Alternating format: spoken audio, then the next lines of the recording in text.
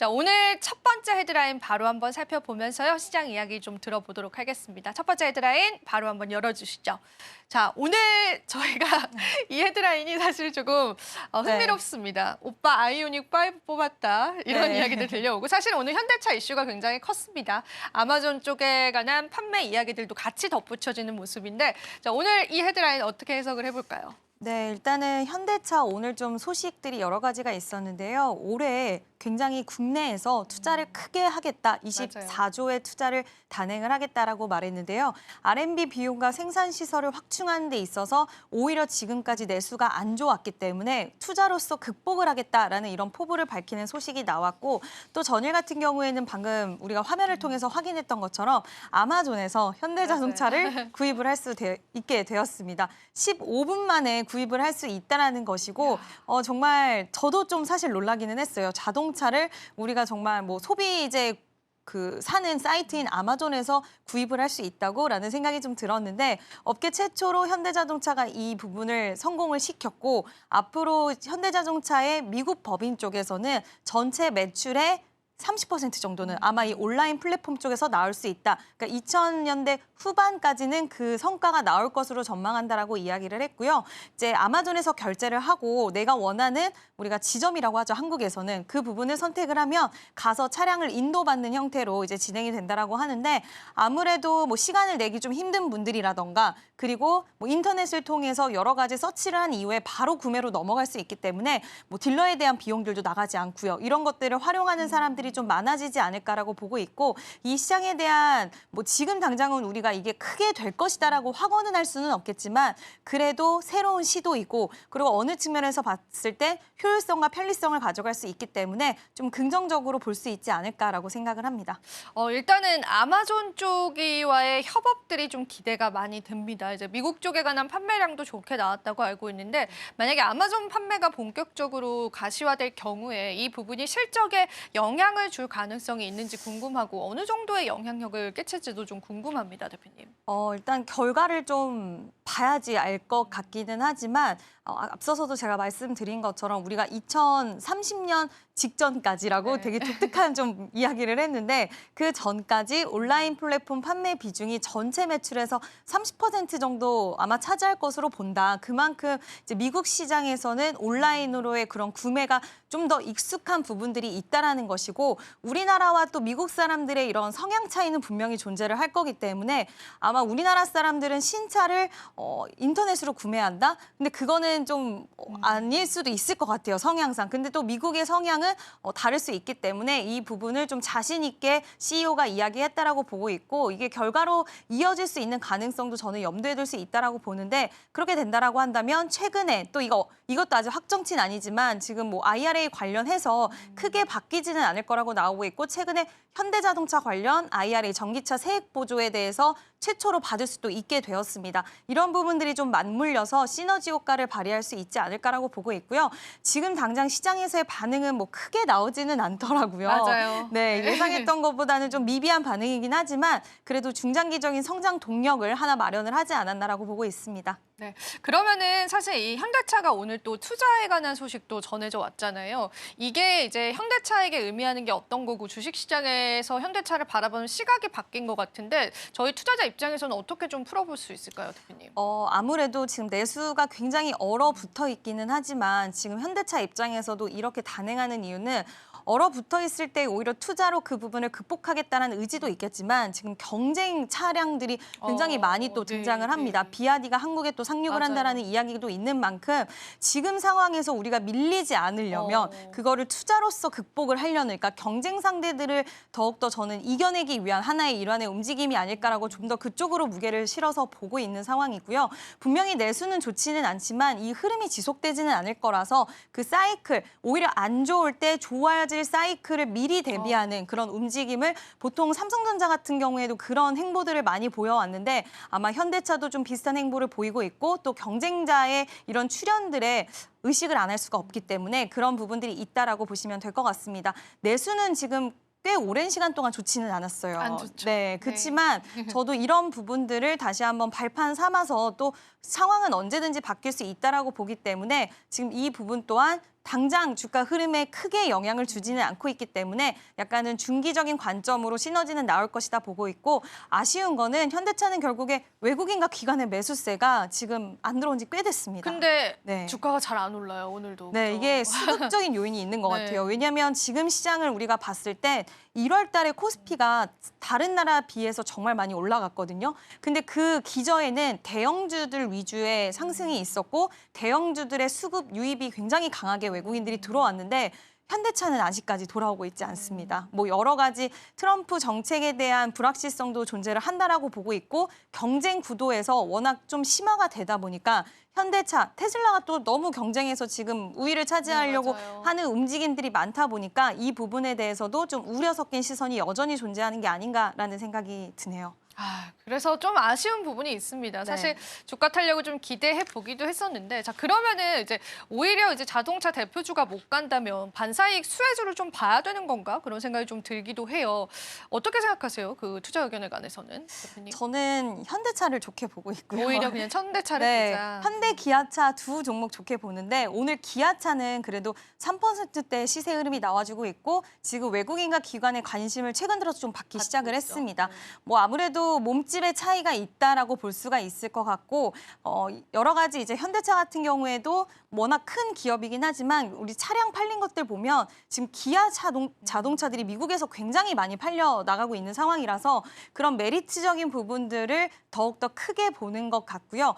기아와 현대 분명히 지금 기아가 더 강하게 가고 있긴 하지만 이제 형제주라고도 불리는 그쵸. 만큼 약간의 키 맞추기는 나올 수 있다라고 보고 있는데 그 두 기업의 속도 차이는 좀 존재하긴 하지만 저는 뭐 자동차라고 해서 부품단 종목들을 사는 것도 애매하고 그래요? 그리고 이번에 세액공제 이야기 나왔다라고 해서 2차 전지주들은 LG 에너지 솔루션이 영업 적자가 너무 너무 안 크게 좋죠. 네, 나왔습니다. 그래서 지금은 우리가 자동차 뭐 하나의 큰 틀에서 봤을 때 다르게 볼 수도 있겠지만 우리가 뭐 완성차라든지 부품이라든지 이런 하나의 산업적으로 봤을 때는 저는 현대기아차를 매매하는 게 가장 베스트가 아닐까라고 보고 있습니다. 네, 좋습니다. 저희가 또 자동차 업종에 관한 전략들 같이 받아봤고요.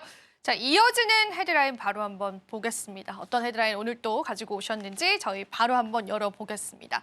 자, 오늘 두 번째 헤드라인은 이제 K뷰티 수출액입니다. 사실 이게 100억 달러 넘어선 게 저희 역대 최고라고 이제 알고 있거든요. 네. 요것 때문에 이제 살짝 화장품 주가 움직이고 있기는 한데 한번 이 헤드라인 풀어보면서 대표님과 이야기 나눠보겠습니다. 네, 이게 굉장히 의미 있는 숫자가 저는 찍혔다라고 생각을 하고 있고 또 다른 것보다도 일본과 미국에서 프랑스를 제쳤다라고 이야기가 그렇네요. 나오는데 이제 프랑스 같은 경우에는 워낙 뭐 샤넬, 랑콤 그리고 사실 네. 저희가 여자들은 알잖아요. 그쵸. 화장품 화장품이 좀 좋다라는 거 알고 그 이미지가 네, 강하죠. 이미지가 강한데 네. 제쳤습니다. 맞아, 비싼 만큼 약간 효과가 있다라던가 네, 맞아요. 그 또 디자인이 굉장히 예쁘게 예쁘고, 잘 만들다 네. 보니까 이런 구매에 대한 부분들이 프랑스가 워낙 좀 압도적인 부분들이 있었는데 일본에서는 3년 연속 1위를 달리고 있고요. 작년 기준으로 미국에서도 1위를 탈환을 했는데 그 이제 바탕에는 뭐 립스틱 효과라는 이야기처럼 결국엔 경기 불황이 좀 있다 보니까 가성비의 화장품이라든지 그렇네요. 그리고 트렌드가 워낙 빠르게 바뀌어요. 요즘에 우리 이 OTT 시장이 굉장히 활발하게 발전을 하면서 우리가 예전에는 이런 트렌드에 대한 변화라든지 뭐 SNS도 빨리빨리 우리가 접할 수 있다 보니까 요즘에 유행이라든지 이런 것들에 민감해졌고 그만큼 빨리 적용할 수 있는 쪽에 움직일 수밖에 없는 상황에서 우리나라 화장품들은 변화가 빠릅니다. 이게 좀 좋다 하면 빨리 그쵸, 변화를 맞아요. 하고 빨리 변화를 하고 이러다 보니까 어떻게 보면은 이 ODM, OEM 기업과 뭐 브랜드 기업과 이런 관계가 굉장히 잘 형성이 되어 있기 때문에 빠른 변화를 포착해서 유연하게 대응을 할 수 있는 거고요. 프랑스산 화장품들은 너무 이쁘긴 하지만 전통적으로 우리가 알고 있는 그런 모델들이 굉장히 롱런을 하고 있다 맞아요. 보니까 그런 부분보다는 트렌드에 유연하게 대응할 수 있는 K뷰티 화장품의 시장에는 더 큰 표를 좀 던져주는 게 아닌가라고 생각이 들고요.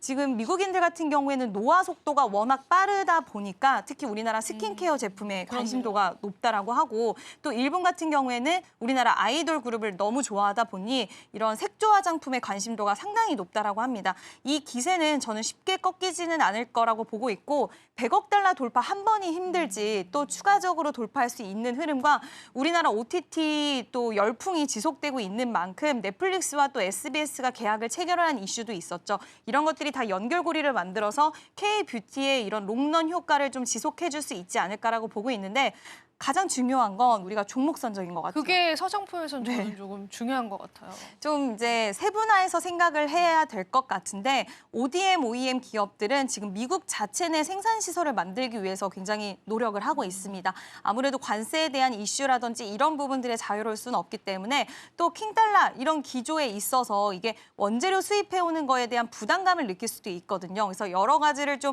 계산을 해서 유연한 대응들을 하고 있고 또 우리나라가 북미 시장이 그동안 이제 2024년에 어떤 강한 키워드였다라고 한다면 중동이라던가 유럽이라던가 이런 다른 나라 쪽의 팔로도 더 넓히려는 움직임들이 적극적으로 나오는 만큼 저는 K뷰티 안에서 종목 선별만 잘 하신다고 한다면 충분히 승산 있는 섹터라고 보고 있고 또 다른 것보다 실적 시즌이기 때문에 더 맞네요. 오히려 긍정적으로 보고 있고 중국 경기 부양책의 효과도 한번 기대를 해보자라고 이야기하고 싶습니다. 사실 대표님과 제가 또 화장품 이야기를 처음 나눈 건 아니잖아요. 네. 그때도 이제 OEM, ODM 쪽을 이제 많이 보자고 말씀해 주셨는데 그럼 여전히 그 기조는 유효한 건가요? 저희가 이제 OEM, ODM 쪽 봐야 될까요? 브랜드 제품보다. OEM, ODM 기업들 좋기는 하지만 저는 이제 가장 중요한 건 3분기 때 한국 콜마가 실적이 의외로 안 좋았어요. 그래서 시장에서는 OEM, ODM 기업들은 우리나라 화장품주에서 가장 봐야 되는 쪽은 맞기도 하지만 아마 이번 실적이 굉장히 눈을 좀 흘기고 있지 않을까.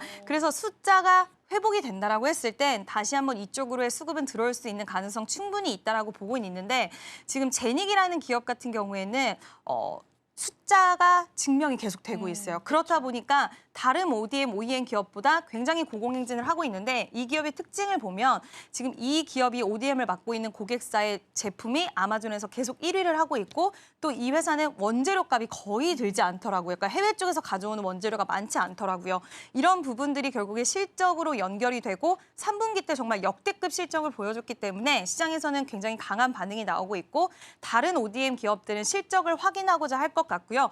브랜드 관련돼서 이제 VT 같은 경우에는 본인들이 ODM 기업들을 이제 인수를 했던 네. 지분 인수를 하면서 수직 계열화를 이뤄냈고 오히려 ODM 기업들, OEM 기업들에 끌려가는 게 아니라 본인들이 원하는 상품을 원하는 시기에 찍어낼 수 있고 물량에 대해서도 조절을 할 수 있기 때문에 이런 쪽에 이점이 있는 기업들 좀 보시면 좋을 것 같고요. 또 리쥬란이라는 그 정말 파워 브랜드를 가지고 있는 파마 리서치는 네. 저는 여전히 내수와 해외 쪽의 매출 호조 또 화장품 지금 굉장히 인기 많아요. 리쥬란 제품이. 그래서 저는 파마 리서치도 지금 같이 보자. 너무 비싸다라고 보시는 분들 있으실 수는 있겠지만 저는 조정 시에 계속 매수를 해도 좋은 종목이 아닐까라고 보는 종목입니다. 그러면 이제 사실은 우리가 쭉 시장 동향을 보면 이 화장품주 내에서도 대장주격의 그 흐름들이 좀 바뀐 느낌인데 저는 이제 항상 기억에 남는 종목이 LG생활건강이라는 네. 종목이에요. 웃음이 정말 나오죠. 네. 근데 주가가 전혀 탄력을 받고 있지 못하고 있습니다. 어떻게 봐야 될까요, 시장에서? 시장에서는 여전히 중국이 경기 부양책을 한다고 해도 여전히 좀 힘든 시장이라고 보고 있는 것 같고요. 역시나 마찬가지로 숫자를 좀 확인해 보자라는 기조가 있는 것 같고 시장의 분위기를 보시면 아시겠지만 물론 대형주들 위주 바닥권에서 업황의 회복이라던가 이런 부분들이 있는 쪽에서는 강한 좀 매수세나 이런 외국인들의 큰 손들의 수급이 유입되겠지만 그게 아닌 화장품주들은 오히려 중소형단 종목들이 강하게 시세를 보이고 있다는 건 시장이 이미 이유가 바뀌었죠. 있다라고 네. 생각을 하고 있어서 이번 실적이 굉장히 중요할 것 같고 근데 저는 굳이 화장품주들 매수를 하신다고 한다면 중국 쪽에 매출 비중이 있다거나 그리고 너무 무거운 종목보다는 우리나라 화장품주들이 이렇게 잘 갈 수 있었던 그 바닥에는 결국엔 가성비 그리고 중소형 화장품주들이 굉장히 강했기 때문에 이런 결과치를 갖고 온 거라서 중소형단 종목들을 보시는 게 맞지 않나라고 생각을 합니다. 지금 바로 구독을 눌러보세요. 실시간 경제 뉴스, 투자 전문가들의 다양한 시황과 정확한 분석, 또 알찬 투자 정보까지 신뢰할 수 있는 저희 서울경제TV와 함께하세요.